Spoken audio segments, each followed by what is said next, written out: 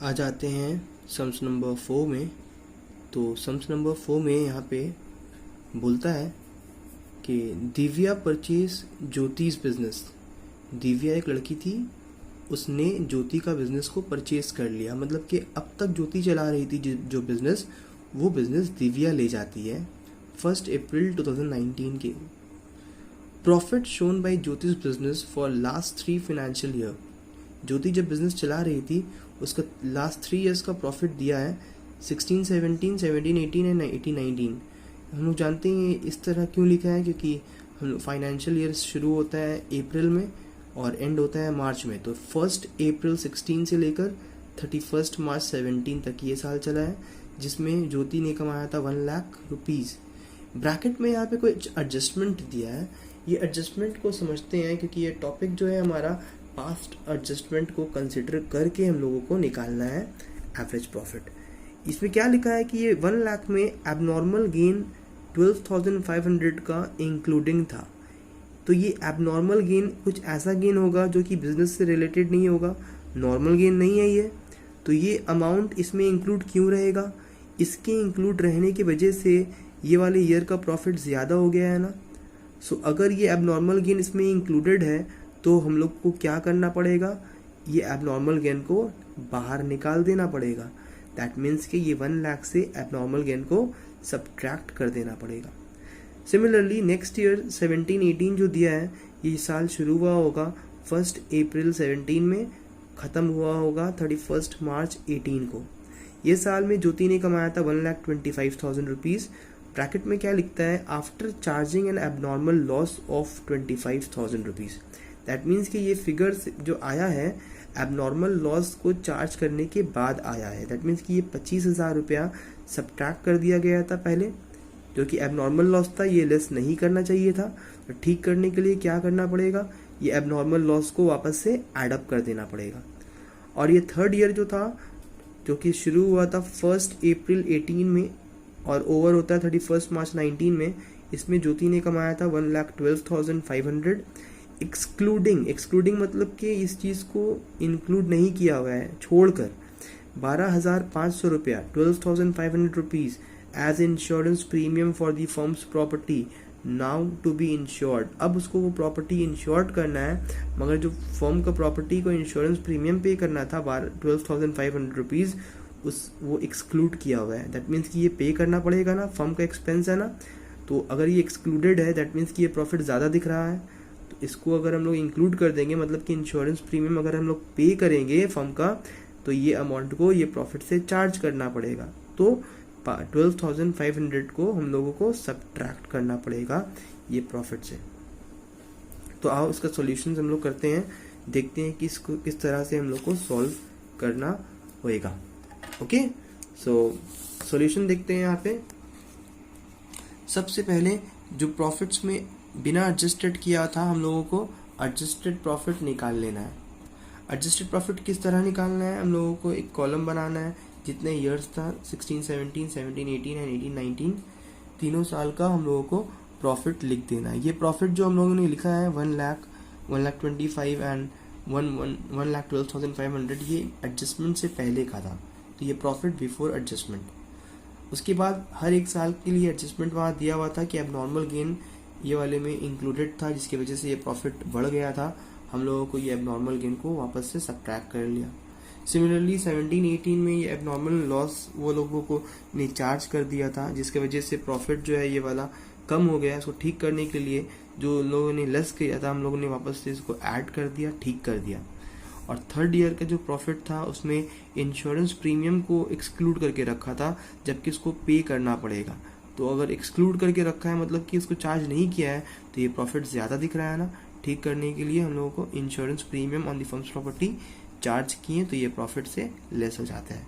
तो ये जो ऐड हो रहा था उसको ऐड किए, जो लेस हो रहा था उससे लेस करके हम लोगों ने क्या निकाल लिया?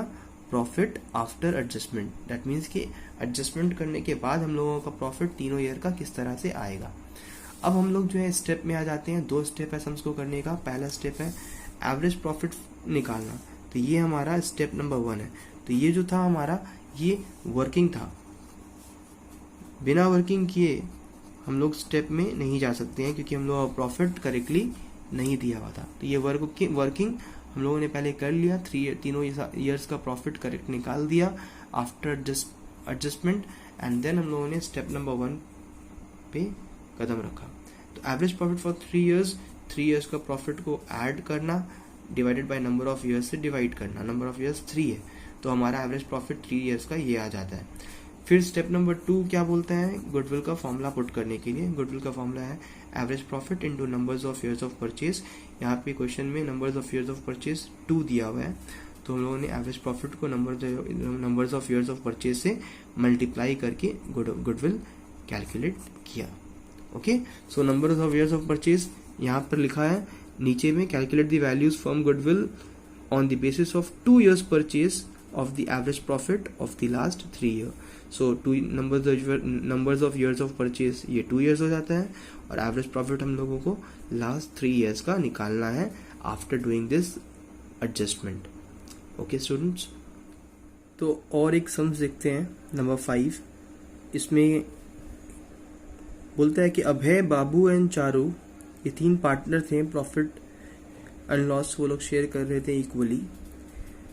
दे agree to admit Daman, 4th partner को वो लोग ला रहे हैं for equal share of profit. उसका भी शेयर ऑफ प्रॉफिट क्या होगा, वो लोग के जैसा ही होगा। इस पर्पस के लिए the value of goodwill is to be calculated on the basis of 4 years purchase of average profit of last 5 years। That means के लास्ट 5 साल का एवरेज प्रॉफिट निकालना है, और numbers of years of purchase यहाँ दे रखा है 4 years। Okay, on the basis of 4 years। The profit वो लोग का 5 years का क्या दिया है, 31 मार्च 15 में जो ईयर खत्म हो रहे हैं उसका प्रॉफिट है 1,50,000। दूसरी ईयर का प्रॉफिट है 3,50,000। 2017 का प्रॉफिट है 5 लाख। 2018 का प्रॉफिट है 7,10,000 एंड 2019 का प्रॉफिट नहीं है बल्कि लॉस है, यहाँ पे ब्रैकेट में दिया है। और एडजस्टमेंट देता है कि 1 अप्रैल 2018 में वो लोग एक कार खरीदा था जिसका कॉस्ट था 1 लाख रुपीज वॉज परचेज्ड। तो जब एक कोई फिक्स्ड एसेट है ना ये कार, जब कोई फिक्स्ड एसेट खरीदा जाता है कई साल तक उसको यूज किया जाता है, वो एक कैपिटल एक्सपेंडिचर होता है। और जहाँ पे एक्सपेंडिचर करके उसका बेनिफिट 1 साल के अंदर खत्म हो जाता है वो रेवेन्यू एक्सपेंडिचर कहलाता है। इसके बारे में हम लोग को मालूम है। तो जो ये कार खरीदा था वो लोग 1 लाख रुपीज का, ये कैपिटल एक्सपेंडिचर था, was purchased and debited to travelling expense account. गलती से वो लोग ये कार जो परचेज कर रहा है 1 लाख का उसको ट्रैवलिंग एक्सपेंस मान लिया है। दैट मीन्स कि कैपिटल एक्सपेंडिचर को वो लोग रेवेन्यू एक्सपेंडिचर मान के रख लिया है। और कब हो रहा है ये, 1 अप्रैल 18 को। 1 अप्रैल 18 ये 5 में से कहाँ पे आ रहा है, ये लास्ट वाले में आ रहा है कि 31 मार्च 19 ईयर एंड है। इसका ये साल शुरू कब हुआ था, 1 अप्रैल 18 को हुआ था ना। ये 18 में अगर ले लोगे तो समझ गलत हो जाएगा, क्योंकि ये वाला जो 18 है वो खत्म हो रहा है 31 मार्च 18 को। ओके, तो ये खत्म हो रहा है 31 मार्च 18 को, ये शुरू हुआ था 1 अप्रैल 17 को। तो ये वाला जो लास्ट ईयर है जो खत्म हो रहा है 31 मार्च 19 को, इसका ईयर स्टार्टिंग किया था 1 अप्रैल 18। तो ये साल की शुरुआत में ही कार को खरीदा गया था, तो इसका एडजस्टमेंट ये वाले साल से ईयर से रिलेटेड है। फिर बोलता है कि वही कार में डिप्रिसिएशन चार्ज होना था 25% का, 25% का। तो ये डिप्रिसिएशन जो होता है ये रेवेन्यू एक्सपेंडिचर होता है, तो इसको यूज करेंगे हम लोग, इसको कंसिडर करेंगे हम लोग। Interest of 10,000 rupees on non trade investment, कहीं पे वो लोग नॉन ट्रेड इन्वेस्टमेंट किया था, वहां से वो लोग 10,000 रुपीज इंटरेस्ट कमाया, अर्न किया, उसको क्रेडिट कर लेता है ये 2 साल में 18 एंड 19 में। तो ये नॉन ट्रेड इन्वेस्टमेंट अगर है तो ये एक तरह का क्या होगा, एबनॉर्मल इनकम होगा ना। तो ये एबनॉर्मल इनकम को एडअप करके रख लिया है ये 2 साल में, तो हम लोगों को क्या करना होगा, ये 10,000 को सब्ट्रैक्ट कर लेना होगा, एबनॉर्मल इनकम को हटाना पड़ेगा वो प्रॉफिट से। तो आ जाओ देखते हैं कि इसको सोल्यूशन किस तरह से होगा। सबसे पहले हम लोग यहाँ पे एक वर्किंग बनाएंगे कैलकुलेशन ऑफ एडजस्टेड प्रॉफिट का, जहाँ पे हम लोग जो है 5 साल का जो क्वेश्चन में प्रॉफिट दिया है वो हम लोग लिख लेते हैं। ये 4 साल का प्रॉफिट है, लास्ट 19 का जो है लॉस है। फिर यहाँ पे हम लोग पहला एडजस्टमेंट यहाँ पे क्या दिया था हम लोग को कि वो लोग कार खरीद रहे हैं 1 अप्रैल 18 में 1 लाख रुपीज का, और उसको वो लोग ट्रैवलिंग एक्सपेंस मान लिया है। तो ये वाले ईयर में वो का प्रॉफिट में वो लोग लेस कर दिया था ना गलती से ट्रैवलिंग एक्सपेंस के थ्रू, तो इस ये जो गलती किया था, जबकि ये कैपिटल एक्सपेंडिचर था, राइट, एसेट आ रहा है, कोई एक्सपेंस नहीं है ये, तो जो वो लोग एक्सपेंस मान के सब्ट्रैक्ट कर लिया था, ठीक करने के लिए वापस से ऐड कर लिया हम लोग। क्या लिखे, कैपिटल एक्सपेंडिचर को वापस से ऐड कर लिया गया। गलती से वो लोग ट्रैवलिंग एक्सपेंस की तरह उसको ट्रीट कर लिया था, जो कि ये चीज़ हम लोग का गलत था, ट्रैवलिंग एक्सपेंस नहीं है ये। फिर ये एसेट जो आया कार, उसके ऊपर डिप्रिसिएशन होना था ना, तो ये डिप्रिसिएशन अभी तक चार्ज तो नहीं किया है, ओके, तो ये अनचार्ज डिप्रिसिएशन है, ओके, अभी तक ये अनचार्ज था, इसको हम लोग अंडर चार्ज था, इसको हम लोग अब चार्ज कर लिए। 1 लाख के ऊपर 25% हो जाता है 25,000 रुपीज़।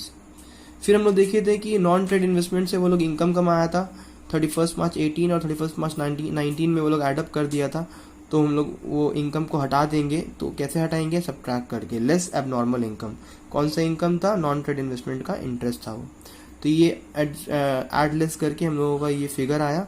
ये जो फिगर आया यहाँ पे हम लोग लिखेंगे क्या, प्रॉफिट और लॉस आफ्टर एडजस्टमेंट, ओके। तो ये जो हम लोग का आ गया ये फिगर, ये आफ्टर एडजस्टमेंट वाला है। तो प्रॉफिट और लॉस को हम लोग ब्रैकेट में रखते हैं, ऊपर में भी ब्रैकेट में रखे हैं, ये एडजस्टमेंट के बाद है, तो ये आफ्टर एडजस्टमेंट, ओके। तो एक बार ये एडजस्टमेंट के बाद हम लोगों का प्रॉफिट और लॉस आ जाता है, तो हम लोग क्या करेंगे, अब 2 स्टेप जो हम लोग सीखे हैं वो काम कर लेंगे। तो पहला स्टेप क्या था हम लोग का, पहला स्टेप नंबर 1 बोलता है कि एवरेज प्रॉफिट निकाल लेना चाहिए।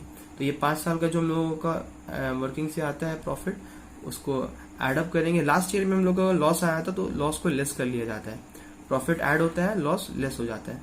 कितना ईयर है, 1 2 3 4 5 ईयर से डिवाइड कर दिए। एवरेज प्रॉफिट आता है हम लोगों का ये 2,35,000 rupees. And then step number 2 is finding the goodwill by putting the formula, okay. Average profit का वैल्यू यहाँ से लिख लें, और numbers of years of purchase तो क्वेश्चन में दिया हुआ था 4 मल्टीप्लाई करके 9,40,000 आंसर, गुडविल। क्लियर।